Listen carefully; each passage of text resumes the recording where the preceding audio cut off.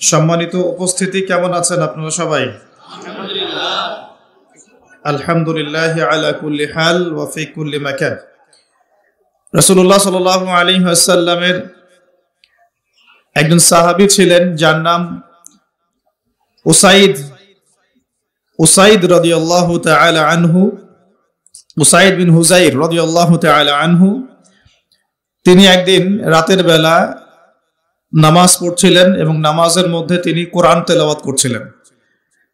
তো কোরআন তেলাওয়াত করতে গিয়ে তিনি সূরাতুল কাহফ তেলাওয়াত করা শুরু করলেন এবং তিনি যখন সূরা কাহফ তেলাওয়াত করছিলেন তখন তার পাশে রাখা তার ঘোড়া, যে বাহন ঘোড়া, এটা লাফালাফি করা শুরু করেছিল এবং তিনি খেয়াল করে দেখলেন যে তার মাথার উপরে সামিয়ানার মতো একখণ্ড মেঘের মতো কিছু একটা তার মাথার উপরে এসে তাকে ছায়া দিচ্ছে বা তাকে ঢেকে রেখেছে।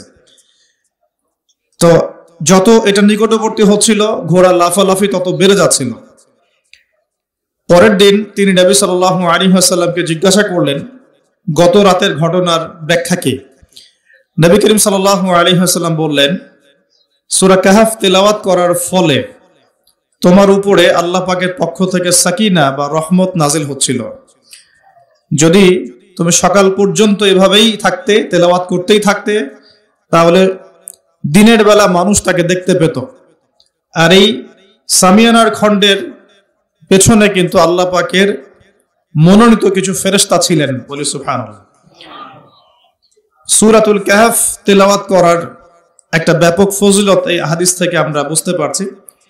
একই সাথে এই হাদিস থেকে একটা দলিল পাচ্ছি যে যেখানে কোরআন এবং সুন্নাহর আলোচনা হয় বা আমরা দিন কেন্দ্রিক কথাবার্তা বলি, আল্লাহর জিকিরে ডুবে যাই, এই জায়গাগুলো কিন্তু আল্লাহ পাকের ফেরেশতারা ঘিরে রাখেন, যদিও বা আমরা তাকে চোখে দেখতে পারি না। বর্তমান শিক্ষা দর্শন আমাদেরকে শেখায় যে যা আমরা চোখে দেখি না, যাকে পরীক্ষাগারে প্রমাণ করা যায় না, যাকে যুক্তি বিজ্ঞান দর্শন দিয়ে প্রমাণ করা যায় না, তার কোনো অস্তিত্ব নাই, এমনটা বর্তমান শিক্ষা ব্যবস্থা আমাদেরকে শেখায়।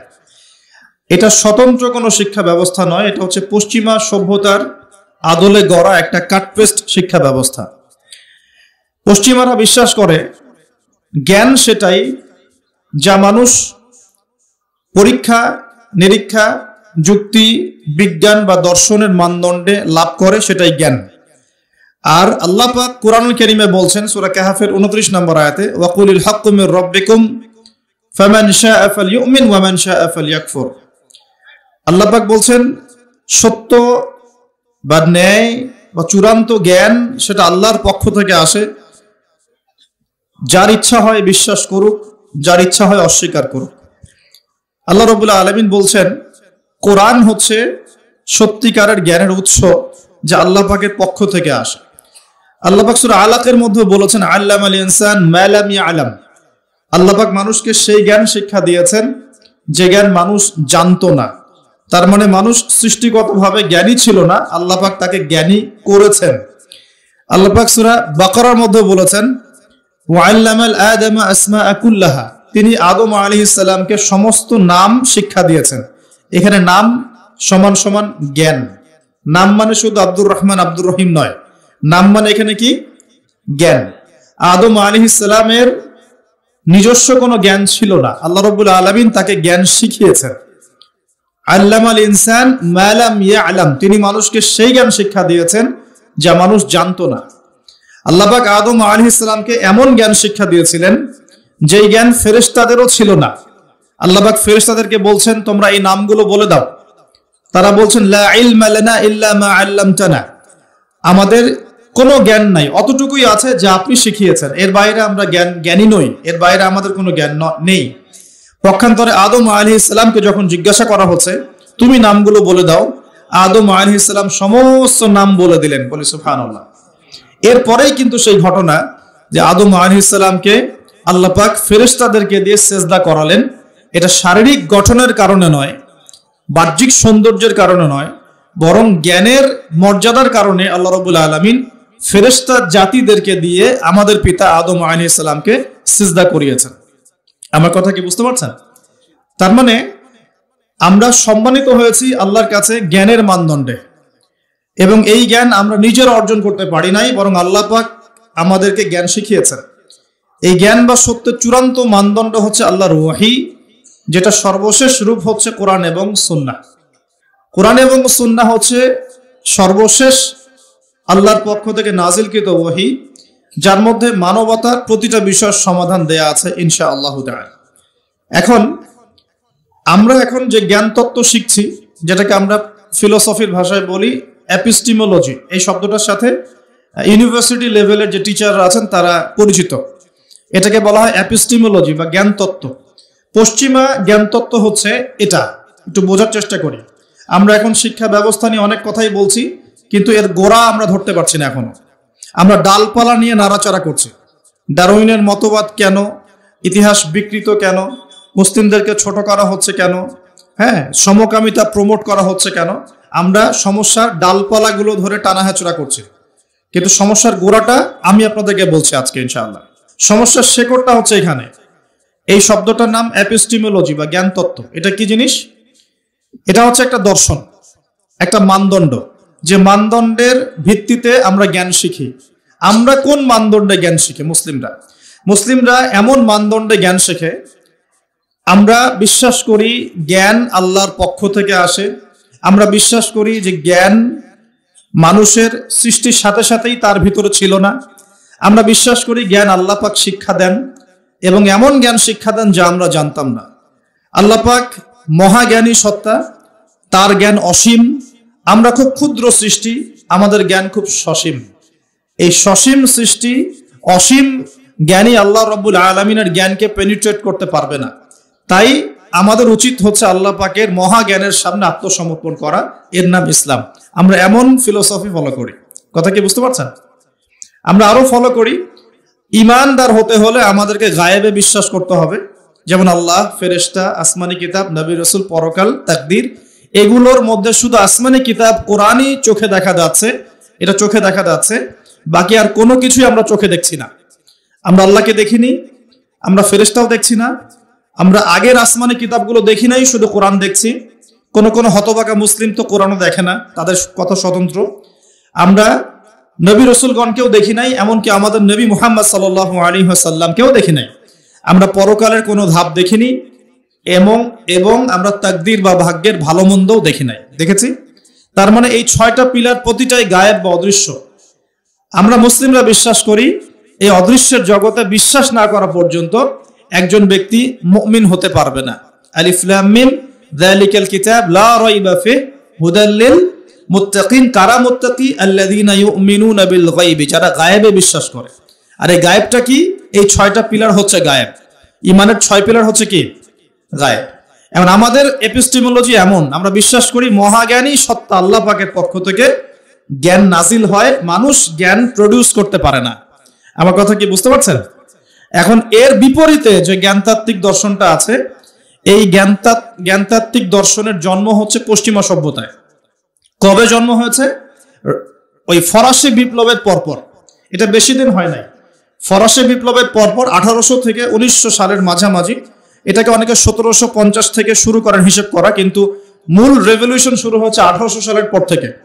এই 1800 সালের পর থেকে নিয়ে পশ্চিমা সভ্যতা একটা পরিবর্তন দেখা দেয়। কিরকম পরিবর্তন? তারা ধর্ম থেকে বের হয়ে চাক্ষুষ দর্শনে বিশ্বাস করা শুরু করে। তারা গির্জা, পোপ এগুলোকে এলিমিনেট করে, বাদ দিয়ে এমন একটা দর্শন চালু করে যে চোখে যা দেখা যায় তাই বিশ্বাস করব। ধর্মীয় কিতাব, গ্রন্থ, নবী রাসূল, পরকাল এগুলোর কোনো কনসেপ্ট আমরা বিশ্বাস করব না। ওরা এরকম একটা এপিস্টেমোলজি ফিক্স করে ফেলে। আরো সহজ করে বলতে গেলে, তারা বিশ্বাস করে জ্ঞান সেটাই, সত্য সেটাই, বা ন্যায় অন্যায়ের মানদণ্ড সেটাই যা যুক্তি, বিজ্ঞান, দর্শন দিয়ে প্রমাণ করা যায় বা পরীক্ষাগারে প্রমাণ করা যায়। পরীক্ষা নিরীক্ষা পর্যবেক্ষণ দিয়ে যে সিদ্ধান্তে আসা যায় সেটাই হলো জ্ঞান। এই হলো ওদের দর্শন, এবং এই দর্শনটাকে কপি পেস্ট করে বিগত 100 বছরে সারা বিশ্বের বিভিন্ন কান্ট্রিতে ছড়িয়ে দেওয়া হয়েছে। এর মধ্যে কোনো মুসলিম কান্ট্রিও বাদ যায় নাই। এখন জ্ঞান তত্ত্ব নিয়ে যত কথা হচ্ছে, এর গোড়া হচ্ছে এখানে। আমরা বিশ্বাস করি জ্ঞান আল্লাহর পক্ষ থেকে আসে। আমরা বিশ্বাস করি আমরা খুব ক্ষুদ্র জ্ঞানের অধিকারী মানুষ, আমাদের এত বেশি জ্ঞান নাই। এমনকি আমরা তো নিজের আত্মাকেও ব্যাখ্যা করতে পারি না। আমরা আমাদের স্বপ্নকেও ব্যাখ্যা করতে পারি না, আমরা আমাদের ঘুমকে ব্যাখ্যা করতে পারি না, আমাদের সাথে আগামীকাল কি হবে আমরা সেটা জানি না। এত ক্ষুদ্র জ্ঞান নিয়ে আমরা কি আল্লাহ পাকের মহাজ্ঞানকে অতিক্রম করতে পারবো? পারা যাবে? পারা যাবে না।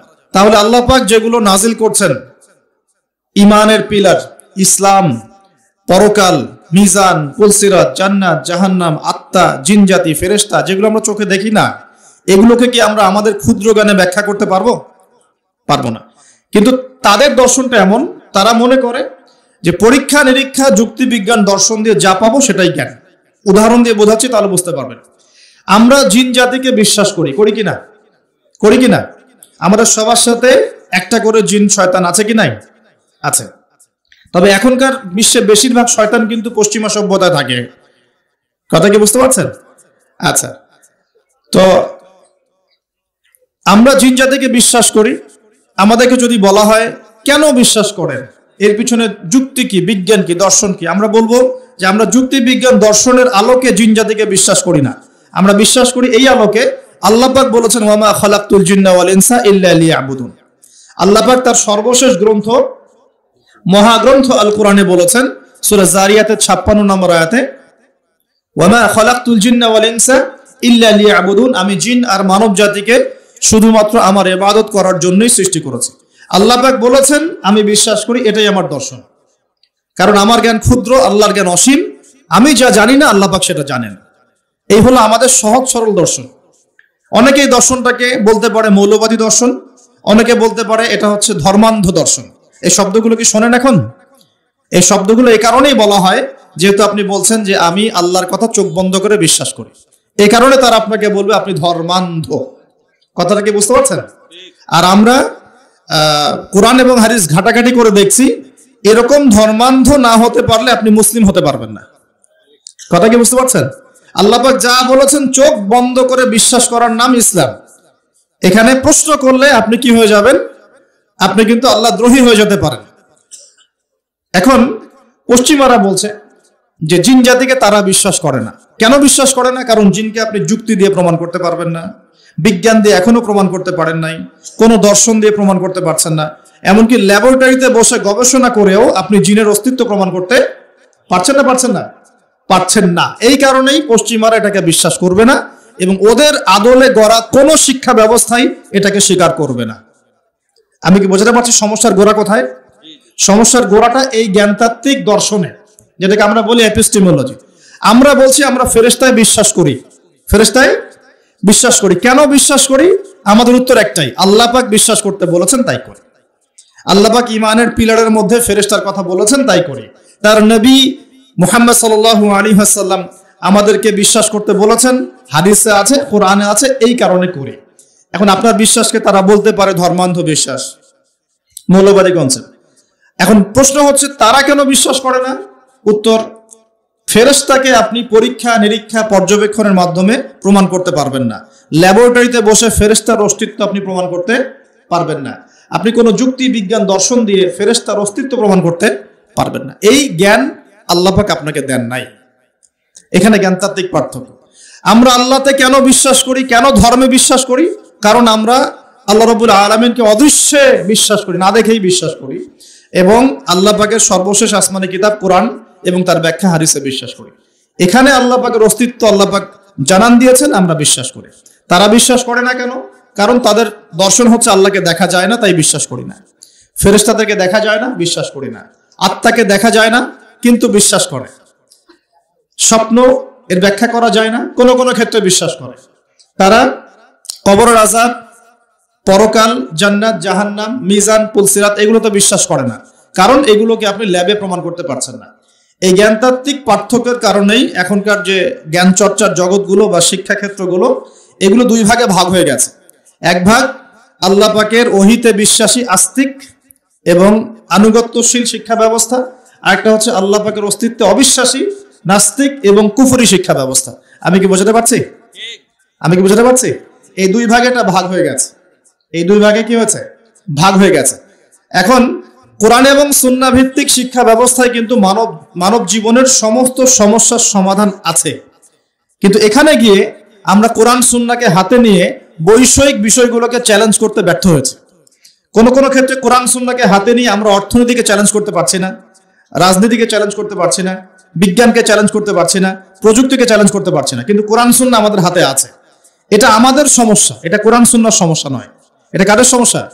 এটা আমাদের ব্যর্থতা বা আমাদের সমস্যা যে আমরা কোরআন সুন্নাহকে হাতে নিয়েও কোন কোন ক্ষেত্রে চলমান বিশ্বের সংকট মোকাবেলা করতে পারছি না। এটা কিন্তু সত্য কথা। যদি পারতাম তাহলে তো গোল্ড ইজ মানি এই কথাটাকে ব্যাখ্যা করে বোঝাতে হতো না। অনেকদিন আগে যখন বলেছিলাম যে পেপার মানি অরিজিনাল ইসলামিক কারেন্সি না, অনেক ট্রলের শিকার হয়েছে এবং এখনো হচ্ছে, কিন্তু এখনো বুঝাতে ব্যর্থ হচ্ছে আমরা যে গোল্ড ইজ মানি। তো কোরআন সুন্নাহর মধ্যে কিন্তু হেদায়েত এটা আছে, তারপরে কেন বুঝতে পারলো না? বিকজ এটাকে হাতে নিয়ে সে অর্থনীতি চ্যালেঞ্জ করতে পারে নাই। তা আমরা এখানে কমপ্লিট কোড অফ লাইফ পেয়েও চলমান বিশ্বের সংকটগুলো অনেক ক্ষেত্রে মোকাবেলা করতে পারছি না। আর এদের উদ্দেশ্য কি? এই কুফরি যেটা দর্শন, যেটা আল্লাহর অস্তিত্বে বিশ্বাস করে না, পরকালে বিশ্বাস করে না, ফেরেশতায় বিশ্বাস করে না, চাক্ষুষ যা দেখে এর বাইরে কিছুই বিশ্বাস করে না, এই শিক্ষা দর্শনের উদ্দেশ্য হচ্ছে শুধুমাত্র দুনিয়ার কনস্ট্রাকশন, দুনিয়ার ইকোনমিক্স, দুনিয়ার পলিটিক্স, দুনিয়ার ফাইন্যান্স, দুনিয়ার প্রযুক্তি, অনলি দুনিয়া, পরকালীন কোনো চেতনা এদের মধ্যে আপনি পাবেন না। এই দুটো একটা পার্থক্য। আল্লাহ পাক এখানে বলছেন ইহকালের জীবনটা খুবই ক্ষুদ্র, যেটা এতই ছোট যে সমুদ্রের মধ্যে আঙ্গুল ডোবালে যতটুকু পানি হাতে লেগে থাকে এটা দুনিয়া, বাকি মহাসাগরটা হচ্ছে আখেরাত। আর এই আখেরাতে মুক্তি দিবে কোরআন সুন্নাহ ভিত্তিক শিক্ষা ব্যবস্থা। আর আপনি যখন কুফরি বা দুনিয়াবি দর্শন কেন্দ্রিক শিক্ষা ব্যবস্থাতেই পড়ে থাকবেন, তখন এটা দুনিয়ায় ফায়দা দিবে, পরকালে কিন্তু কোনো ফায়দা দিবে না। এখানে আরেকটা প্রশ্ন আসবে, তাহলে কি আমরা দুনিয়াবি শিক্ষা ব্যবস্থায় শিক্ষিত হব না? উত্তর হচ্ছে অবশ্যই হব, অবশ্যই হব। তবে কোরআন এবং সুন্নাহর শিক্ষার মানদণ্ড ঠিক রেখে তারপরে আমি দুনিয়াবি শিক্ষার বিষয়গুলোর দিকে ফোকাস করব। ইসলামের প্রারম্ভিক যুগে, সোনালী যুগে এই বিশ্বকে মুসলিমরা যা দিয়েছে, গণিতের কথা বলেন, জ্যোতির্বিজ্ঞানের কথা বলেন, মেডিকেল সায়েন্সের কথা বলেন, হ্যাঁ, বায়োলজির কথা বলেন, ফিলোসফির কথা বলেন, ইকোনমিক্সের কথা বলেন, বা এই যে আমরা বলি ভূগোলের কথা বলেন, অঙ্কশাস্ত্র বলেন, অ্যালগোরিদম বলেন, প্রতিটা সেই ডিপার্টমেন্ট যার উপর ভিত্তি করে এখনকার সভ্যতা দাঁড়িয়ে আছে, এগুলো মুসলিমদের হাতে এই পৃথিবী দেখেছে, অমুসলিমদের হাতে দেখে নাই। ওই সময়কার মুসলিমরা কি পিছিয়ে পড়েছিলেন? জি না, ওই সময়কার মুসলিমরা আমাদের চাইতে বেশি এগিয়েছিলেন। তারা কোরআন এবং সুন্নাহকে গবেষণা করে চলমান বিশ্বের সমস্ত সমস্যার সমাধান দিচ্ছিলেন। কিন্তু আমরা এখন কোরআন সুন্নাহকে হাতে নিয়ে চলমান বিশ্বের প্রতিটা ডিপার্টমেন্ট নিয়ন্ত্রণ করতে পারছি না। এটা আমাদের ব্যর্থতা, এটা কোরআন সুন্নাহর ব্যর্থতা নয়। এখানে সলিউশনটা কি, এটা বলে আমি আগে সামনে যাব। এখানে মূল বিষয়টা হচ্ছে যে আল্লাহ রাব্বুল আলামিন আমাদেরকে সৃষ্টি করেছেন একটা বিশাল উদ্দেশ্য নিয়ে, সেটা হলো ওয়ামা খালাকতুল জিন্না ওয়াল ইনসা ইল্লা লিয়াবুদুন। আল্লাহ পাক আমাদেরকে সৃষ্টি করেছেন যাতে আমরা তার ইবাদত করি। ইবাদত করার জন্য আমাদের দরকার কিছু গাইডেন্স। এই গাইডেন্স আল্লাহ পাক দিয়েছেন কোরআনে এবং হাদিসে। প্রয়োজন একজন শিক্ষকের, মহান শিক্ষক দিয়েছেন মুহাম্মদুর রাসূলুল্লাহ সাল্লাল্লাহু আলাইহি ওয়াসাল্লামকে, যাকে দেখে শিখতে হবে। আমরা তাকে দেখছি না, তার সাহাবীরা তাকে দেখেছেন, তার পরের জেনারেশন সাহাবীদেরকে দেখেছেন, তারপরের জেনারেশন তাবেঈদেরকে দেখেছেন। এভাবে আস্তে আস্তে আস্তে আস্তে এই জ্ঞানটা চলে আসছে। এখন আমরা উলামায়ে কেরামকে দেখছি যারা কোরআন এবং সুন্নাহকে ব্যাখ্যা করছেন এবং এর আলোকে যুগ এবং জিজ্ঞাসার জবাব দেওয়ার চেষ্টা করছেন। এখন আমার সামনে কোরআন সুন্নাহ কিন্তু স্পষ্ট আছে, এবং কোরআন এবং সুন্নাহে শুধুমাত্র এক কেন্দ্রিক সমাধান দেয়া নাই, মানুষের জীবনের প্রতিটা ডিপার্টমেন্টের সমস্যার সমাধান এখানে দেয়া আছে। এখন আমরা যদি কোরআন এবং সুন্নাহকে পরিপূর্ণরূপে গ্রহণ করি এবং সমকালীন উপকারী জ্ঞানগুলো অর্জন করি, তাহলে ইনশাআল্লাহ কোরআন এবং সুন্নাহকে হাতে নিয়ে আমরা বিশ্বটাকে চ্যালেঞ্জ করতে পারবো। আমি কি বোঝাতে পারছি? আমাদের সমস্যার সমাধানটা এভাবে হওয়া পসিবল। এখন সমস্যাটা কোথায়? শেকড়েই আমরা কুফরি একটা মন্ত্র তন্ত্র চর্চা করছি, যে আমরা যা দেখি না তাকে বিশ্বাস করি না। এটাই সমস্যা। এ কারণে কেন ডারউইনের মতবাদের কেন প্রয়োজন হবে? যখন মানুষ জানবে যে তাকে সৃষ্টি করেছেন মহান আল্লাহ রাব্বুল আলামিন, এর উপর সে বিশ্বাসী হবে, তখন কি তার এরকম কোনো মন্ত্রের দরকার আছে? আর যখন একটা জায়গার, একটা এলাকার, একটা দেশের, একটা সমাজের বেশিরভাগ মানুষ আল্লাহ বিশ্বাসী, তখন জোর করে কেন আমি একটা মতবাদ চাপিয়ে বাচ্চাদেরকে পড়াশোনা করাবো? উদ্দেশ্যটা কি? উদ্দেশ্য হচ্ছে একটা সুদূর প্রসারী উদ্দেশ্য, যে আমরা চাচ্ছি আগামী 20 বছর 30 বছরের মধ্যে যেন এমন একটা প্রজন্ম গড়ে ওঠে যারা আল্লাহ থেকে অনেক দূরে চলে যাবে। এটা উদ্দেশ্য। না হলে আমি কেন এই মতবাদ কচি কচি বাচ্চাদেরকে শেখাতে যাব। কেন শেখাতে যাব? যেই মতবাদটা কোরআন সুন্নাহ বিরোধী, একই সাথে বর্তমান আধুনিক বিজ্ঞানও বিরোধী। মেডিকেল সায়েন্সের কোনো ক্লাসিক্যাল বইয়ের মধ্যে, চ্যালেঞ্জ করলাম, মেডিকেল সায়েন্সের কোনো ক্লাসিক্যাল বইয়ের মধ্যে এই মতবাদকে স্বীকৃতি দেওয়া হয় নাই। কোনো মতবাদ, এই মতবাদটাকে না, কোনো ক্লাসিক্যাল বইয়ের মধ্যে আপনি এই মতবাদটাকে পাবেন না যেটাকে স্বীকৃতি দেওয়া হয়েছে। এটা তার একটা থট। বিজ্ঞানে কি হয়, কিছু থটস থাকে, অনুসিদ্ধান্ত, এগুলো গবেষণা করা হয়, আজকে একটা ফলাফল দেওয়া হয়, কালকে আরেকটা ফলাফল দেওয়া হয়। যখন সর্বসম্মতিক্রমে একটা জায়গায় মানুষ আসে তখন সেটাকে ফিক্স করা হয়। এই মতবাদের সর্বসম্মতিক্রমে কেউ কখনো সাইন করে নাই। তাহলে কেন জোর করে আমি বাচ্চাকে শেখাতে যাব যে তোমাদের দাদা বড়দাদারা বানর ছিল? কেন শেখাতে যাব? উদ্দেশ্যটা কি? আমি চাচ্ছি একটা প্রজন্ম গড়ে উঠুক, যে প্রজন্ম আস্তে আস্তে আস্তে আস্তে আল্লাহ থেকে দূরে সরে যাবে, ওদের ব্রেইনটা ওয়াশ করা থাকবে এবং ওদের ভিতরে আপনি আর ইসলাম ইনস্টল করতে পারবেন না। অলরেডি বিগত 30 বছর থেকে আমরা একটা প্রজন্ম দেখেছি যেটা এখন বাংলাদেশে বিরাজ করছে, যারা বড় বড় ডিগ্রি নিয়ে এসে কোরআনকে চ্যালেঞ্জ করছে, বড় বড় ডিগ্রি সার্টিফিকেট নিয়ে এসে কোরআনকে চ্যালেঞ্জ করছে, হাদিসকে চ্যালেঞ্জ করছে। কেন চোরের হাত কাটতে হবে প্রশ্ন করছে, কেন পর্দার বিধান ও প্রশ্ন করছে, কেন ইসলামে ব্যভিচার করলে রজম করতে হয়, কেন জেনা করলে শাস্তি দিতে হবে, ঠিক আছে, কেন ইসলামে বহু বিবাহ জায়েজ, কেন আয়েশা রাদিয়াল্লাহু আনহার ওই বয়সে নবীর সাথে বিয়ে হলো, অনেক চ্যালেঞ্জ সে উপস্থাপন করছে কিনা। অলরেডি আমরা একটা প্রজন্ম গড়ে ফেলেছি, আমাদের অজান্তেই, আমাদের সাইলেন্সের মধ্যে একটা প্রজন্ম গড়ে উঠেছে অলরেডি, যারা কিন্তু এগুলোকে চ্যালেঞ্জ করছে। এবং এদের সংখ্যা কিন্তু 8-10 জন নয়, এদের সংখ্যা কিন্তু প্রায় 10 to 20%। জানেন, 10 to 20% স্টুডেন্টস এখন যারা ফারেগ হচ্ছে বিভিন্ন সেকুলার ইনস্টিটিউশন থেকে, তারা এগুলোকে চ্যালেঞ্জ করছে। ইসলাম পালন করছে কিভাবে? ইসলাম পালন করছে আনুষ্ঠানিকতা, ঈদের নামাজ, জুমার নামাজ, রমজান মাসে মাঝে মাঝে তারাবি, ঠিক আছে, মাঝে মাঝে ইসলাম, মাঝে মাঝে।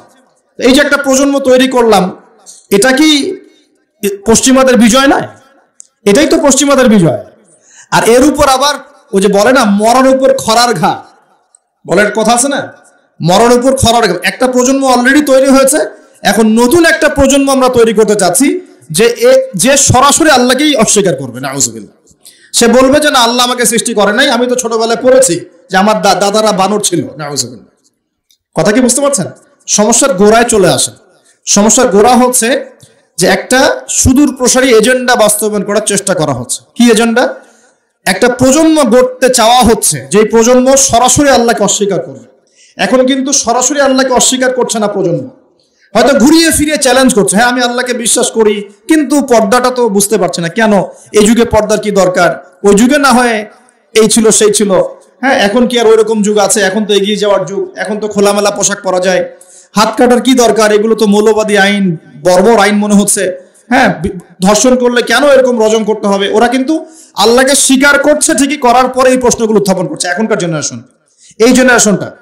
আর আমরা চাচ্ছি আরেকটা জেনারেশন তৈরি হোক যারা এইসব প্রশ্ন করবে না, সরাসরি অস্বীকার। আমি মনে বোঝাতে পারছি না। শয়তান একবারে কখনো আপনাকে আঘাত করে না। শয়তান, আল্লাহ পাক কি বলছেন, ওয়ালা তাত্তাবিউ খুতুওয়াতিশ শায়াতিন, খুতুওয়াতিশ শায়াতিন অথবা খুতুওয়াতিশ শয়তান, তোমরা শয়তানদের বা শয়তানের খুতুয়া মানে পদাঙ্ক অনুসরণ করো না। পদাঙ্ক মানে ফুটপ্রিন্ট, আপনার পায়ের ছাপ, এটাকে পদাঙ্ক, খুতুয়া বলা হয়, পায়ের ছাপ। আপনি কি পায়ের ছাপে এক লাফ দিয়ে এক জায়গায় যান, নাকি স্টেপ বাই স্টেপ যান? বলেন তো। স্টেপ বাই স্টেপ এটা চালু করার চেষ্টা করা হচ্ছে, স্টেপ বাই স্টেপ। প্রথমে একটা প্রজন্ম সরাসরি আসেনি যারা আল্লাহকে অস্বীকার করবে, এসেছে যারা আল্লাহকে স্বীকার করে, স্বীকার করার পরেও চ্যালেঞ্জ করছে, এটা কেন, ওইটা কেন, এটা কেন, ওইটা কেন, এটা ভালো না, ওইটা খারাপ, ইসলামকে মডিফাই করতে হবে, মডারেশন লাগবে, ইসলামের এই অংশটা ভালো, এটা মানবো, এটা খারাপ, এটা মানবো না। ওরা চ্যালেঞ্জ করছে। এখন চাওয়া হচ্ছে আরেকটা প্রজন্ম তৈরি করতে যে চ্যালেঞ্জ করবে না, সরাসরি অস্বীকার করবে। আমি কি বোঝাতে পারছি? এই হলো গোড়ার সমস্যা। এখন আপনি কিভাবে সলভ করবেন এগুলোকে? শুধু একটা ওয়াজ মাহফিলের মঞ্চে বসে কেউ একজন ব্যাখ্যা করলে সমস্যা সলভ হবে না। শুধুমাত্র 2-4 জন আলেম কথা বলবেন, বাকিরা চুপ করে থাকবে, সমস্যা সলভ হবে না। আমরা দেখেও না দেখার ভান করব, শুনেও না শোনার ভান করব, বুঝেও না বোঝার ভান করব, এভাবে সলভ হবে না। আমরা যদি মনে করি যে এগুলো সামান্য বিষয়, বাচ্চা কাচ্চা এগুলো টুকটাক শিখলে কি বা সমস্যা, তাহলে সমস্যা আছে। ইনজেক্ট করা হচ্ছে আস্তে আস্তে, আপনাকে একবারে কিন্তু বিষ প্রয়োগ করা হবে না, স্লোলি স্লোলি আপনাকে আস্তে আস্তে নিয়ে যাওয়া হবে। এটা সুদূর প্রসারী একটা মাস্টার প্ল্যান। ইসরায়েল নাম শুনেছেন তো? সে কি হঠাৎ করে বিশ্বে সেই রুলিং স্টেট হয়ে গেছে? আস্তে আস্তে গ্র্যাজুয়ালি আস্তে আস্তে আস্তে আস্তে আস্তে আস্তে এখন পুরো সবার টুটি চিপে ধরে জায়গা ধরে নাই। এখনকার প্ল্যান হচ্ছে এই যে মসজিদুল আকসা যেটা আমরা বলি, এটাকে সরিয়ে দিয়ে টেম্পল নির্মাণ করার প্ল্যান এখনকার প্ল্যান। এই সাহসটা কি 70 বছর আগে হয়েছিল? বিগত 70 বছরে আস্তে আস্তে খুতুয়া এসেছে। ব্রিটেনের হাত ধরে ধরে চলেছে কয়েকদিন, আমাকে সাপোর্ট দাও, আমাকে সাপোর্ট দাও। ব্রিটেন সাপোর্ট দিয়েছে। কোন ব্রিটেন যে 200 বছর আমাদেরকে শাসন করেছিল, মনে আছে? ওই 200 বছরের শাসনে মুসলিমরা ওদের বিরুদ্ধে বিদ্রোহ করে নাই, যুদ্ধ করেনি, জিহাদ করে নাই। তিতুমিরের নাম মিটিয়ে দেওয়ার চেষ্টা করা হচ্ছে, হাজী মোহাম্মদ শরীয়তুল্লাহর নাম মিটিয়ে দেওয়ার চেষ্টা করা হচ্ছে। ফারায়েজি আন্দোলন একটা বিশাল আন্দোলন ছিল না, ওটা আস্তে আস্তে স্কিপ করা হচ্ছে কিনা? ব্রিটিশ পিরিয়ডে কি মুসলিমরা তাদেরকে দমন করার জন্য প্রচেষ্টা চালায় নাই, নাকি মুসলিমরা চুপ করে বসেছিল? কোনটা? মুসলিমরাই তো অগ্রগামী ছিল। ওই ব্রিটেনের হাত ধরেই সে আস্তে আস্তে এগিয়েছে, ব্রিটেন ওকে জায়গা করে দিয়েছে। অটোম্যান এম্পায়ারও যখন ডিফিটেড হলো 1914 সালের দিকে, তখন ওই জেরুজালেমটা খালি করে ব্রিটেন বলেছে তোমরা এখানে থাকো, ওদের জন্য জায়গা খালি করে দেওয়া হয়েছে। ওরা তখন এখানে এসে কেবল ওই বসতি স্থাপন করা শুরু করেছে, রোহিঙ্গাদের মতো কেবল বসতি স্থাপন করা শুরু করেছে আর কি। আস্তে আস্তে আস্তে আস্তে সে তার বসতিকে এক্সপ্যান্ড করা শুরু করলো, জায়গা বাড়ানো শুরু করলো। ব্রিটেন তার রোল থেকে সরে গেল, ইউএসএ তার রোলে আসলো। ব্রিটেন সরে গেল, অবসর নিল, এবার আমেরিকা আসলো। আসার পর আমেরিকা সেম কাজ করলো, সেও ইসরায়েলকে সাপোর্ট করতে করতে করতে করতে এক জায়গায় ওকে পারমাণবিক অস্ত্রধর রাষ্ট্র বানিয়ে দিয়েছে। মিলিটারি, ফাইন্যান্স, ইকোনমিক সব ওখানে, প্রযুক্তি, আপনি গুগল ইউজ করছেন, অ্যাপেল, ফেসবুক সবকিছু ওদের হাতে। আজকে সারা বিশ্বের 5টা থেকে 6টা বড় বড় sector, politics, geopolitics, economics, world affairs, finance এবং মিলিটারি সেকশন, এই 6টার প্রতিটাই ওর হাতে নিয়ন্ত্রণ আছে। একটা বড় অংশের নিয়ন্ত্রণ তার হাতে কিন্তু আছে। বুঝাতে যাচ্ছি, সে কি একদিনে এই জায়গায় এসেছে এবং একদিনে কি এখান থেকে সরেও যাবে? উত্তর না, একদিনে কোনো কিছু হয় না। একটা স্লো প্রসেসের মধ্য দিয়ে আস্তে আস্তে আস্তে এই জায়গায় এসেছে। ঠিক একইভাবে শিক্ষাক্ষেত্রেও একটা স্লো পয়জনিং চলছে।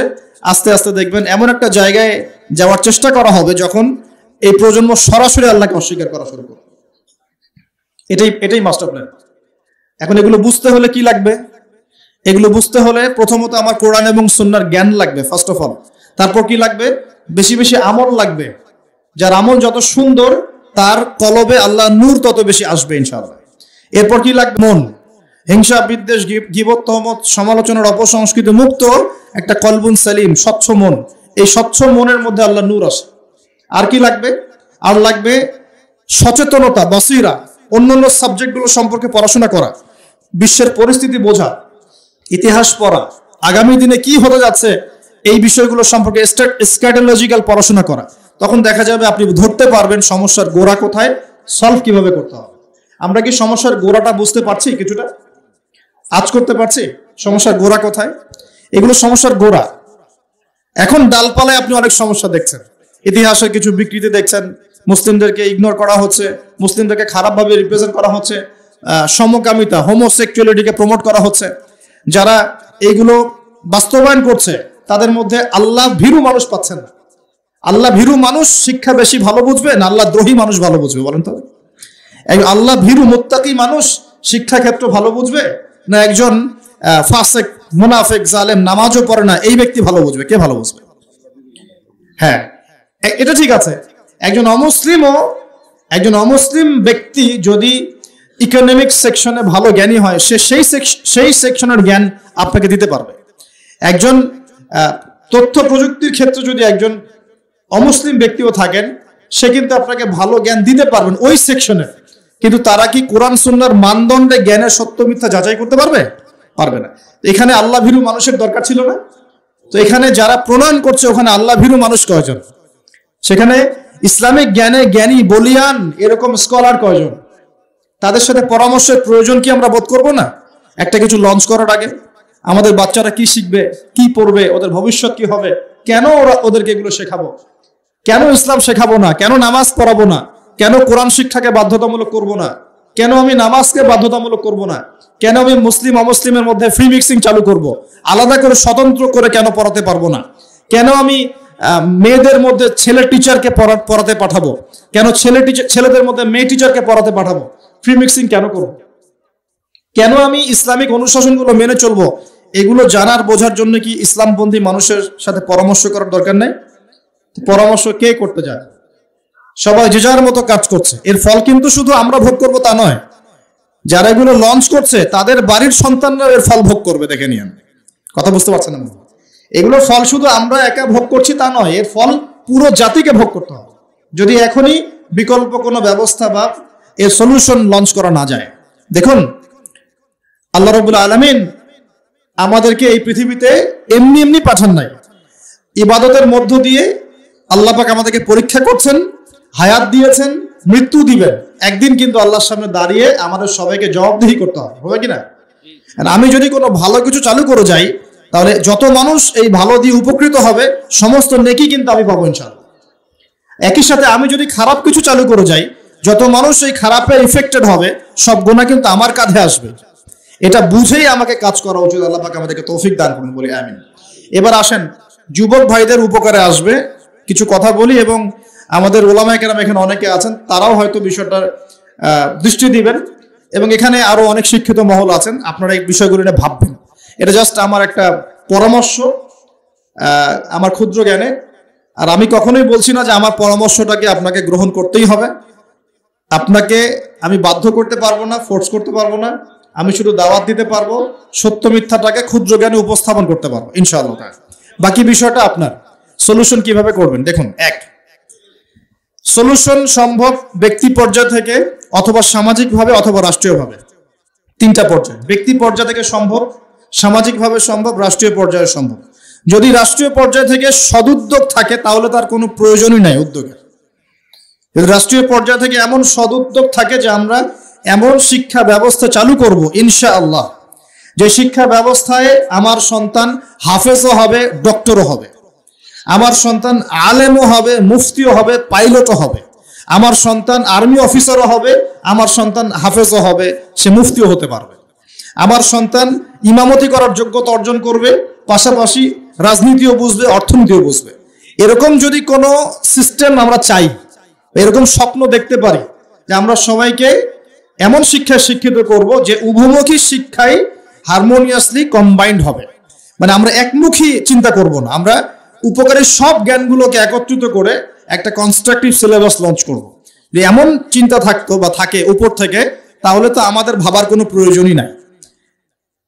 কিরকম হবে তাহলে ফলাফল? মনে করেন আমার ছেলে ক্লাস 1 থেকে নিয়ে ক্লাস 10 পর্যন্ত পড়েছে, এবং এখানে সে ইংরেজি পড়েছে, বাংলা পড়েছে, মুক্তিযুদ্ধ পড়েছে, হ্যাঁ, দেশের ঐতিহ্য জেনেছে, ইতিহাস পড়েছে, আইসিটি পড়েছে, সবকিছুই পড়েছে মাশাআল্লাহ। পাশাপাশি সে এই 10 বছরে 10 পারা কোরআন হিফজ করতে পারবে, এই 10 বছরে মিনিমাম সে 1000 হাদিস পড়তে পারবে, এই 10 বছরে সে আকীদার বইগুলো পড়তে পারবে, ফিকহের প্রামাণ্য বইগুলো পড়তে পারবে, সে আরবি ল্যাঙ্গুয়েজ শিখবে, ইবারত পড়ার যোগ্যতা অর্জন করবে।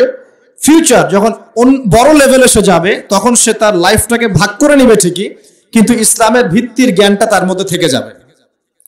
আমি মনে বুঝাতে পারছি না? সলভ কিভাবে করতে পারে? উপর লেভেল থেকে হলে তো কোনো কথাই নাই, যদি সদুদ্যোগ থাকে। কি রকম সদুদ্যোগ? আমি একটা পরামর্শ দিচ্ছি যে আমরা আমাদের বাচ্চাদেরকে বাংলা শেখাবো, আরবি শেখাবো, ম্যাথ শেখাবো, সবই শেখাবো ফ্রম ডে 1, প্লে গ্রুপ থেকে শুরু করে। কিন্তু একই সাথে আমরা কোরআন শেখাবো, একই সাথে আমরা নবী সাল্লাল্লাহু আলাইহি ওয়াসাল্লামের সুন্নত শেখাবো, একই সাথে আমরা নামাজ শেখাবো, ইসলামিক নীতি নৈতিকতা শেখাবো, আমরা দেশপ্রেম শেখাবো, আমরা কালচার শেখাবো, কিভাবে সভ্য হতে হয় শেখাবো, কিভাবে ভালো করে কথা বলতে হয় শেখাবো, কিভাবে সামাজিক হতে হয় শেখাবো, কিভাবে শরীর চর্চা করতে হয় শেখাবো, কিভাবে ভালো খেতে হয় শেখাবো। ওকে ছোটবেলা থেকে গড়া সম্ভব কিনা? এটা কি পসিবল না ইম্পসিবল? এই স্বপ্নটা দেখা কি যৌক্তিক না অযৌক্তিক? এই স্বপ্নটাকে বাস্তবায়ন করা সম্ভব না অসম্ভব? কি মনে হয় আপনাদের? 1 বছরের মধ্যে সম্ভব, অনলি 1 বছরের মধ্যে। 1 বছরের মধ্যে এরকম সিস্টেম লঞ্চ করা সম্ভব ইনশাআল্লাহ। আমি গর্ব করে বলছি না। 3 ঘন্টার মধ্যে প্লে থেকে নিয়ে আপনাকে আমি 5 পর্যন্ত এই 7টা 8টা ক্লাসে জেনারেল এবং ইসলামিক সিলেবাস একত্রিত করে আপনাকে একটা লঞ্চ করে দিতে পারবো ইনশাল্লাহ। 3 ঘন্টা সময় লাগবে ইনশাল্লাহ, উইদিন 3 আওয়ার্স। এই 3 ঘন্টার মধ্যে প্রতিটা ক্লাসের মধ্যে তারা ইংলিশ মিডিয়াম ব্যাকগ্রাউন্ডের ইংরেজি শিখবে, বাংলা মিডিয়াম ব্যাকগ্রাউন্ডের বেঙ্গলি শিখবে, তারা ম্যাথামেটিক্স তো শিখবেই, আইসিটি বা যে তথ্য প্রযুক্তি বলেন, সাধারণ জ্ঞান, এগুলো শিখবে। পাশাপাশি ইসলামিক সিলেবাসে অ্যারাবিক, কোরআনের প্রারম্ভিক জ্ঞান, নবীর সুন্নত, আদব কায়দা, নীতি নৈতিকতা, নামাজ পড়া, ওযু করা, এই পুরো জিনিসটাকে সিলেবাস ওয়াইজ ফর্ম করা সম্ভব। 3 ঘন্টা লাগবে আমার ইনশাআল্লাহ, 3 ঘন্টা লাগবে। এটা 1 বছরের মধ্যে সম্ভব, পুরো শিক্ষাক্ষেত্র ঢেলে সাজানো। 1 বছর সময় লাগবে না ইনশাআল্লাহ, বিশ্বাস করেন। এটা স্বপ্ন না, এটা বাস্তব। আজকে স্বপ্ন দেখছি, ইনশাআল্লাহ একদিন বাংলার মাটিতে বাস্তব হবে ইনশাআল্লাহ। যদি উপর থেকে সদুদ্যোগ থাকে তাহলে কোনো কথাই ছিল না, কিন্তু উপরে তো চাপ দেওয়ার মতো ক্ষমতা আমাদের কাছে আছে। আমরা উপরে দাওয়াত পেশ করতে পারি যে দেখুন, আমরা সবাই মুসলিম, আমাদের সবার সন্তান আমাদের সন্তান, আমরা সবাই বাঙালি, এই দেশটা আমাদের, এই জাতি আমাদের। আমরা কখনোই চাইবো না আমাদের সন্তানরা নষ্ট হয়ে যায়। আমরা চাইবো না আমাদের সন্তানরা শিখুক বানর থেকে আমরা হয়েছি। আমরা চাইবো না আমাদের সন্তানরা ভুল ইতিহাস শিখুক। আমরা চাইবো না আমাদের সন্তানরা সমকামিতা শিখুক। আমরা কখনোই চাইবো না আমাদের সন্তানরা জেনা করা শিখুক, নগ্নতা শিখুক। এগুলো আমরা চাইবো না। এগুলো কারা চায়? যারা এই জাতিটাকে ধ্বংস করতে চায়, এরা চায় এটা। আমি যদি সত্যিকার অর্থেই জাতির কল্যাণকামী হয়ে থাকি, আমাকে সবার জন্য ভাবতে হবে। তো এরকম যদি এডুকেশন প্যাটার্নটাকে একটু ঢেলে সাজানো যায়, এটাকে শেকড় থেকে উপরে ফেলার প্রয়োজন হবে না, একটু ঢেলে সাজাতে হবে। খালি ইসলামিক এডুকেশন এবং জেনারেল এডুকেশনটাকে জাস্ট কম্বিনেশন দরকার, একটা সুন্দর কম্বিনেশন। তখন দেখবেন আপনি বিসিএস ক্যাডারও হয়েছেন, এদিকে আপনি ইনশাআল্লাহ তাআলা ইনশাআল্লাহ হাফেজও হতে পারবেন, কোরআন বুঝতেও পারবেন, ইমামতিও করতে পারবেন, আপনি দাওয়ার কাজও করতে পারবেন ইনশাআল্লাহ। আমরা অনেক মুসলিম কান্ট্রিতে দেখেছি পাইলট যারা প্লেন এয়ারক্রাফট চালায়, অনেক পাইলট হাফেজ, অনেক ডক্টর তারা মুফতি, অনেক ইঞ্জিনিয়ার তারা মাশাআল্লাহ এদিকে ইফতাও কমপ্লিট করে ফেলেছেন। এরকমও পড়াশোনার সিস্টেম আছে। একটু খোঁজ নিয়ে দেখেন, মালয়েশিয়ায় দেখেন, মদিনায় দেখেন, সৌদিতে দেখেন, মিশরে দেখেন, দেখবেন এরকম সিস্টেম দিয়েছে তারা। General education, Islamic education combination করে এমন একটা প্রজন্ম দাঁড় করিয়েছে যে যারা জেনারেল শিক্ষিত মাশাআল্লাহ তারাও ইসলামের প্রতি সুধারণা রাখে, নামাজ পড়ে, কোরআন তেলাওয়াত করে, আর কিছু করুক না করুক দিন ইসলামের বেসিক জিনিস পালন করে। এটা কি ভালো না? এতে করে কি একটা জাতির যারা জনগণ তারা কি সুনাগরিক হবে না? এতে দেশের কল্যাণ না? এটা কি দেশের সম্পদ না? অ্যাসেট। অনেক বিজ্ঞানী আছে মুসলিম কান্ট্রির মধ্যে যারা হাফেজে কোরআন, যারা হাদিসের মুহাদ্দিস, ইফতা করেছেন, দাওরা দিয়েছেন, বড় বড় লেভেলে গিয়েছেন, পিএইচডি করেছেন, এমবিএ করেছেন, এদিকে এমফিল করেছেন, এদিকে আবার সায়েন্টিস্ট, এদিকে আবার মেডিকেল সায়েন্সে আছেন, এদিকে ইঞ্জিনিয়ারিং আছেন, এদিকে পাইলট, এদিকে আর্মি অফিসার, এরকম বহু মানুষ আছে। এটাই শিক্ষা। আমরা এখন এটাকে টুকরা টুকরা করে বিভক্ত করে ফেলছি। কিরকম করে? যেমন করে আমরা মুসলিম উম্মাহকে এখন দলে দলে ভাগ করেছি, এইভাবে, ঠিক এইভাবেই আমরা শিক্ষাটাকে বিভক্ত করে রেখে দিয়েছি। একটা লেভেলে যাওয়ার পরে মানুষ তার ক্ষেত্র বেছে নিবে, সেটা আলাদা। সেটা কমসে কম অনার্স লেভেলের পরে গিয়ে তারপরে আপনি ডিফারেন্ট সেক্টর চালু করতে পারেন। যে আমি অনার্স পর্যন্ত এগুলো কম্বিনেশনে পড়েছি, এখন আমি পিএইচডি করছি ইকোনমিক্সে, এখন পিএইচডি করছি আমি পলিটিক্যাল সায়েন্সে, ইন্টারন্যাশনাল রিলেশনশিপসে, আমি ইত্যাদি ইত্যাদি। এটা সম্ভব। যদি এখন প্রশ্ন ওঠে যে উপর থেকে তো কোনো উদ্যোগ যদি না থাকে তাহলে আপনি কি করবেন? এভাবেই ছেড়ে দিবেন আপনার প্রজন্মকে? তাহলে দ্বিতীয় ক্ষেত্রটা হচ্ছে সামাজিকভাবে কিছু উদ্যোগ নিতে হবে। সামাজিকভাবে উদ্যোগ কেমন?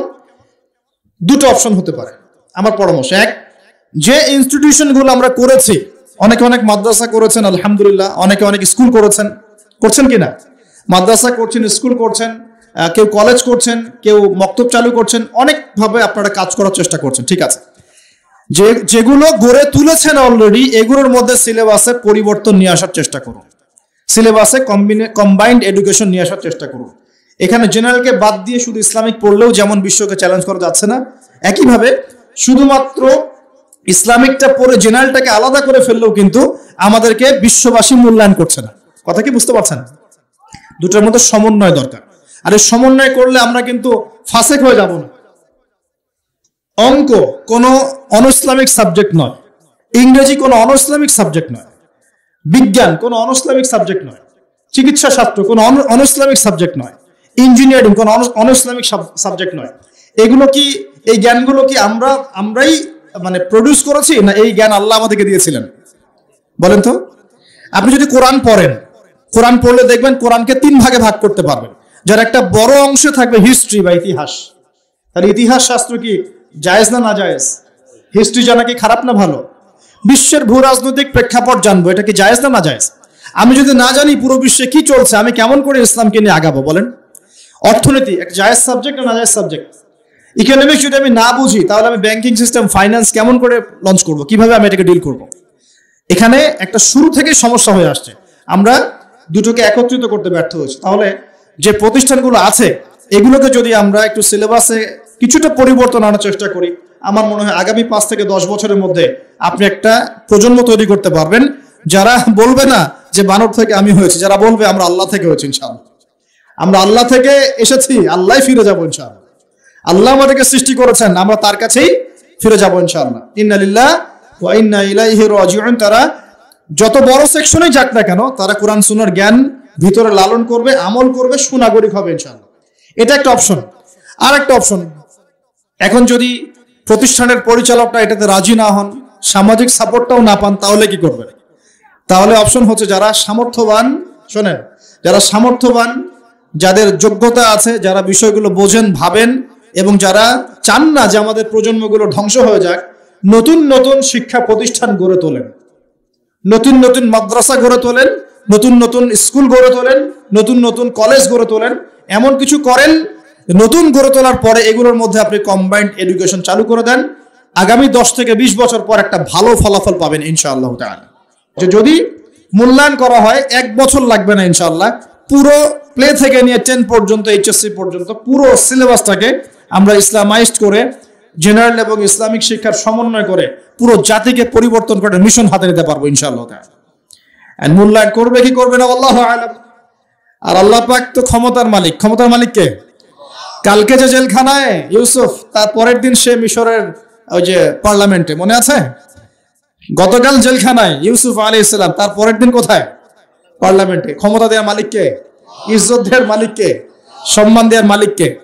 এগুলো আল্লাহর হাতে। আল্লাহ পাক চাইলে ওরকম যোগ্য মানুষকে উপরে নিয়ে যেতে পারেন ইনশাআল্লাহ তাআলা।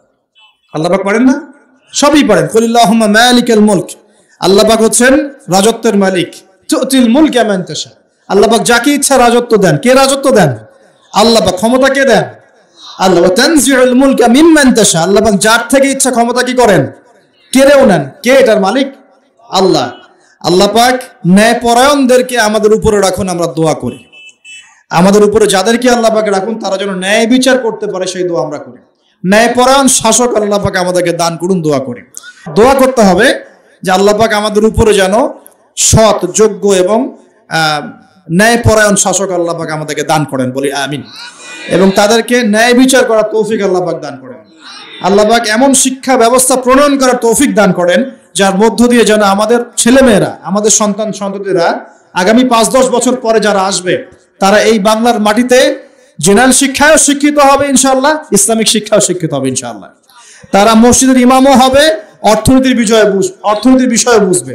তারা ডক্টরও হবে, হাফেজও হবে, তারা ইঞ্জিনিয়ারও হবে ইনশাআল্লাহ। এদিকে দেখবেন সে দিনের বেসিক জ্ঞান অর্জন করে মোটামুটি মিশকাত দাওরা পর্যন্ত পড়ে ফেলেছে ইনশাআল্লাহ। সম্ভব, এটা অসম্ভব কিচ্ছু না। একটা 4 বছরের বাচ্চা, 4 বছর একটা বাচ্চা মিনিমাম 200টা শব্দ মুখস্থ করতে পারে। 4 বছরের বাচ্চা। একটা 5 থেকে 6 বছরের বাচ্চা একই সাথে 3টা ল্যাঙ্গুয়েজ শিখতে পারে। 4 থেকে 6 বছরের বাচ্চা। এটা পড়েন, প্যারেন্টিং সম্পর্কে পড়েন, এডুকেশন সিস্টেম নিয়ে ঘাটাঘাটি করেন। বড় বড় কান্ট্রিগুলোর দিকে তাকান। আচ্ছা, সেকুলার কান্ট্রির দিকেই তাকান, ব্রিটেনের দিকে তাকান, কানাডার দিকে তাকান, আপনি অস্ট্রেলিয়ার দিকে তাকান, ঠিক আছে, মিডল ইস্টের কান্ট্রিগুলোর দিকে তাকান। দেখেন ওরা শিক্ষা ব্যবস্থাকে কিভাবে ঢেলে সাজাইছে। ওরা শুধু একমুখী শিক্ষা চাচ্ছে না। উত্তর কোরিয়ার নাম শুনেছেন কিনা? আচ্ছা, চায়নার কথা বলি। উত্তর কোরিয়া পরে, চাইনিজদের মধ্যে কি কোরআন আছে? আছে। তাহলে সারা বিশ্বের ব্যবসা এবং টেকনোলজি, প্রযুক্তি, হ্যাঁ, এই যে ইলেকট্রনিক ডিভাইস গুলো সবকিছু ওদের নিয়ন্ত্রণে কেমন করে? পরিশ্রম। কারণটা কি? পরিশ্রম, জ্ঞান, ওই সেকশনে তারা যোগ্যতা অর্জন করেছে। এখন যদি চায়নার মানুষরা, আল্লাহ কবুল করে, যদি চায়নার মানুষরা দেখা যায় যে আগামী 10-20 বছর পর এরা বেশিরভাগই মুসলিম হয়ে গেল, কথার কথা, তাহলে ওদের ওই জ্ঞানটা, বৈষয়িক সেই জ্ঞানটা আর ইসলামিক এই ইমান যখন একত্রিত হবে, ওরা শক্তিশালী হবে না? ওরা কিন্তু তখন বেশি শক্তিশালী হবে। কথা কি বুঝতে পারছেন? মনে করেন উত্তর কোরিয়া, ওরা এখন খালি পারমাণবিক মিসাইল বানায়, খেয়াল করছেন কি? ওটা দিয়ে আমেরিকাকে ভয় দেখায়। তো আল্লাহ যদি কবুল করেন, ওরা যদি বেশিরভাগ মানুষ আগামী 20 বছর পর মুসলিম হয়ে যায়, ওরা শক্তিশালী হবে না আমরা? এটা বুঝতে হবে যে মানুষের জ্ঞানকে অবমূল্যায়ন করা যাবে না। ওই জ্ঞান ঠিক আছে, এর মধ্যে ইসলামিক জ্ঞানটাকে ইনজেক্ট করলে একটা ভালো প্রজন্ম আপনি তৈরি করতে পারবেন ইনশাআল্লাহ। এটাই আমাদের উদ্দেশ্য, এটাই আজকের কথা বলার মূল উদ্দেশ্য। আল্লাহ পাক আমাদেরকে বোঝার তৌফিক দান করুন। ইসলামিক জ্ঞানটাকে সর্ব জায়গায় সর্বমহলে ইনজেক্ট করার চেষ্টা করতে হবে। আল্লাহ পাক আমাদের সবাইকে এই কথাগুলো বোঝার তৌফিক দান করুন। এবং এতে কোনো ক্ষতি নাই, এতে আমাদের লাভ, আমাদের পরিবারের লাভ, আমাদের সন্তানদের লাভ, এবং পরের প্রজন্ম যেটা আসবে ওরা আমাদের জন্য দোয়া করবে ইনশাআল্লাহ। বলবে যে আল্লাহর সৌভাগ্য যে আমরা আমাদের উপরে এমন মানুষদেরকে পেয়েছিলাম যারা ইসলামকে ধ্বংস করে নাই, ইসলামের বিজয়ে অগ্রণী ভূমিকা পালন করেছে। অন্যথায় কি হবে? অন্যথায় দেখেন কি হয়। আমরা এখন পেপার পত্রিকা খুললে, একটু মনোযোগ দেন, পেপার পত্রিকা খুললে আমরা কি দেখি? আমরা দেখি 10টা ধর্ষণ, 20টা রেপ, এখানে অমুক অ্যাক্সিডেন্ট হয়েছে, ওখানে 10 জন মারা গেছে, ওখানে 20 জন। আমরা অনেক ব্যাড নিউজ দেখি, এবং নিউজগুলো দেখে দেখে কিন্তু আমাদের মধ্যে এখন আর খুব একটা ভাবান্তর দেখা যায় না। 10টা রেপ হতেই পারে, একটা মেয়েকে ধর্ষণ করেছে হতেই পারে, হ্যাঁ ওখানে 10 জন অ্যাক্সিডেন্ট করে মারা গেছে হতেই পারে, এখানে করাপশন হতেই পারে। আমরা যেন নিউট্রালাইজ হয়ে গেছি, মানে আমরা এটাকে স্বাভাবিকীকরণে নিয়ে আসছি, স্বাভাবিকীকরণ। তাহলে যদি এখন এরকম করেই বিকৃত শিক্ষা পদ্ধতি চালু করা হয় বা এইভাবে আমাদের সন্তানরা শিখতে থাকে, তাহলে আস্তে আস্তে আস্তে আস্তে ইসলামহীনতাটাকেও নিউট্রালাইজেশন বা স্বাভাবিকীকরণ করা হবে। এটা কি বুঝতে পারছেন? এই হলো পরের ফলাফল যদি এখন সতর্ক না হয়। প্রিয় ভাইরা, আর দুটো অপশন আমি বলছি, এটা আমার পরামর্শ। এখন যারা আরবি লাইনে পড়ে ফেলেছেন, মাশাআল্লাহ অনেক দূর পর্যন্ত চলে আসছেন, কিন্তু বৈষয়িক জ্ঞান অর্জন করেন নাই, তাদের কি হবে? আর যারা জেনারেল লাইনে পড়ে ফেলেছেন কিন্তু ইসলামিক জ্ঞান অর্জন করেন নাই, তাদের কি হবে? যারা জেনারেল লাইনে 20 বছর পড়েছেন, এখন কি আপনি আবার মাদ্রাসায় ভর্তি হতে পারবেন? যারা মাদ্রাসায় মাশাআল্লাহ অনেকদিন পড়েছেন, এখন কি আপনি সমকালীন বিষয়গুলো শেখার জন্য নতুন করে ইউনিভার্সিটিতে ভর্তি হতে পারবেন? সম্ভব? তাহলে এখন আমাকে উত্তর দেন, এই যে কোটি কোটি জেনারেল শিক্ষিত ছেলে পেলে, তারা কি তাহলে ইসলামের জন্য কাজ করবে না? তারা কি ইসলামের জ্ঞান অর্জন করার অধিকার রাখে না? তারা কোরআন শিখবে না? হাদিস শিখবে না? তারা দাওয়াতি কাজ করবে না? তারা কি উম্মাকে নেতৃত্ব দেওয়ার জন্য ভূমিকা রাখবে কি রাখবে না? তাদের সংখ্যা কিন্তু মাদ্রাসা পড়ুয়া ভাইদের চেয়ে বেশি। বেশি না কম? বেশি, তাদের সংখ্যাই বেশি। ইউনিভার্সিটির সংখ্যা বেশি না মাদ্রাসার? ইউনিভার্সিটি এবং জেনারেল শিক্ষিত ছেলে পেলেদের সংখ্যা পরিসংখ্যান বেশি না অ্যারাবিক লাইনের? বলেন। আসলে কিন্তু জেনারেল লাইনে যারা পড়ছে তাদের সংখ্যা বেশি। সংখ্যা বেশি না? সংখ্যা বেশি। অ্যারাবিক সেকশনে যারা পড়ছে তাদের সংখ্যা কম। তাহলে হিউজ অ্যামাউন্ট অফ পপুলেশন, আমাদের এদেরকে অ্যাভয়েড করে কি আমরা একা একা ইসলামের কাজ করতে পারবো না? ওদেরকে ইনভলভ করতে হবে। ওদেরকে ইনভলভ করতে গেলে ওদেরকে শিক্ষিত বানাবো কিভাবে? এখন ওদেরকে ইসলাম শেখাবো কিভাবে? কি অপশন, কি ফিকির? তাবলিগ জামাতে যাচ্ছে, কিছু মানুষ শিখছে, বুঝলাম, কিন্তু এখানে কি উপরের লেভেল পর্যন্ত দাওরা ইফতা দেওয়ার পর্যন্ত কি সুযোগ আছে? বেসিক জিনিস আপনি শিখবেন, ইবাদত করবেন, ওলামায়ে কেরামের সুহবতে থাকবেন, ওকে অলরাইট, কোনো সমস্যা নেই। কিন্তু ওদেরকে যদি আমরা দায়ী বানাতে চাই, ওদেরকে যদি আমরা এখন হাফেজ বানাতে চাই, ওদেরকে যদি আমরা মুফতি বানাতে চাই, তাহলে কি পদক্ষেপ? কি কোনো ফিকির, কোনো চিন্তা? কে ভাববে এগুলো নিয়ে? কি করতে হবে? ওদেরকে মিনিমাম 3 থেকে 4 বছর বা 5 বছরের শর্ট কোর্সের আওতায় নিয়ে আসার চেষ্টা করতে হবে। মিনিমাম 4 থেকে 5 বছর। আপনারা ভাবেন 5 বছরের জন্য এমন সিলেবাস ফর্ম করেন যাতে একজন জেনারেল শিক্ষিত ভাই 5টা বছর যদি শ্রম দেয়, সেজন্য আবার মৌলানার টাইটেল পাওয়ার যোগ্যতা অর্জন করতে পারে, বা এই পড়াশোনার কিছুটা হলেও সে কভার করতে পারে। এই পদ্ধতি তো আপনাদেরকে চালু করতে হবে। এখন এক্সাম্পল দিচ্ছি, মনে করেন এই যে ভাই বসে আছে, তার নাম আব্দুল্লাহ। আব্দুল্লাহ ভাই অনার্স করেছে মনে করেন কেমিস্ট্রিতে, মাস্টার্স করেছে কেমিস্ট্রিতে, রসায়নে। সে মাশাআল্লাহ কেমিস্ট হচ্ছে এবং সে তার এই যোগ্যতা দিয়ে দেশের খেদমত করছে, আলহামদুলিল্লাহ, চাকরি করছে। এখন সে চায় আমিও দিনের জন্য কিছু করব, এবং আমি শুধু গতানুগতিক করতে চাই না, আমি ভালো কিছু করতে চাই। তাহলে নিঃসন্দেহে আব্দুল্লাহ ভাইকে কোরআন তেলাওয়াত করা শিখতে হবে, আব্দুল্লাহ ভাইকে আরবি ভাষা শিখতে হবে, আব্দুল্লাহ ভাইকে নিঃসন্দেহে এখন হাদিসের ইবারত পড়ার যোগ্যতা অর্জন করতে হবে, তাকে আকীদার বই পড়তে হবে, ফিকহের বই পড়তে হবে, কিছু উসুল পড়তে হবে এবং তাফসির, এগুলো পড়ে তাকে একটা লেভেলে আসতে হবে। কিন্তু এখন তার তো মাদ্রাসায় ভর্তি হওয়ার কোনো সুযোগ নাই, আছে? তাহলে ওর জন্য আমি যদি আমার মাদ্রাসায় একটা 5-6 বছরের কোর্স লঞ্চ করতে পারি, যেখানে ওই 100% না হলেও সে মোটামুটি 60-70% কভার করে একটা লেভেলে আসলো, ওকে আমি একটা ইসলামের সম্পদ বানালাম, আমি কিন্তু ওকে একটা সম্পদে পরিণত করলাম। আগে থেকে ওর মধ্যে কেমিস্ট্রির জ্ঞান ছিল, বৈষয়িক জ্ঞানগুলো ছিল, ও ওর জ্ঞান দিয়ে দেশের খেদমত করছিল, এখন সে ইসলামিক জ্ঞানটা অর্জন করে উম্মার খেদমত করবে। সম্ভব কিনা? সম্ভব না অসম্ভব? এই স্বপ্নটা কি বাস্তবে আনা যায় না? যায় না? এরকম প্রতিটা কওমি মাদ্রাসা বা প্রতিটা আলিয়া মাদ্রাসা, প্রতিটা বড় বড় প্রতিষ্ঠান যদি এরকম উদ্যোগ নেয়, 4 থেকে 5 বছর 6 বছরে কিছু কোর্স লঞ্চ করে, হ্যাঁ, শরিয়া ফ্যাকাল্টি হতে পারে, দাওয়া এন্ড ইসলামিক স্টাডিজ হতে পারে, কোরআনিক সায়েন্স হতে পারে, হ্যাঁ, মানে সেক্টর আপনারা ভাগ করতে পারেন করে যদি আপনারা জেনারেল ভাইদেরকে সুযোগ করে দেন, এই কোটি কোটি জেনারেল শিক্ষিত ছেলের মধ্যে কমপক্ষে 1 লাখ ছেলে তো বের হবে যারা আগামী দিনে উম্মাকে নেতৃত্ব দেওয়ার যোগ্যতা অর্জন করবে। ভাবা উচিত ছিল, এগুলো ভাবতে হবে না?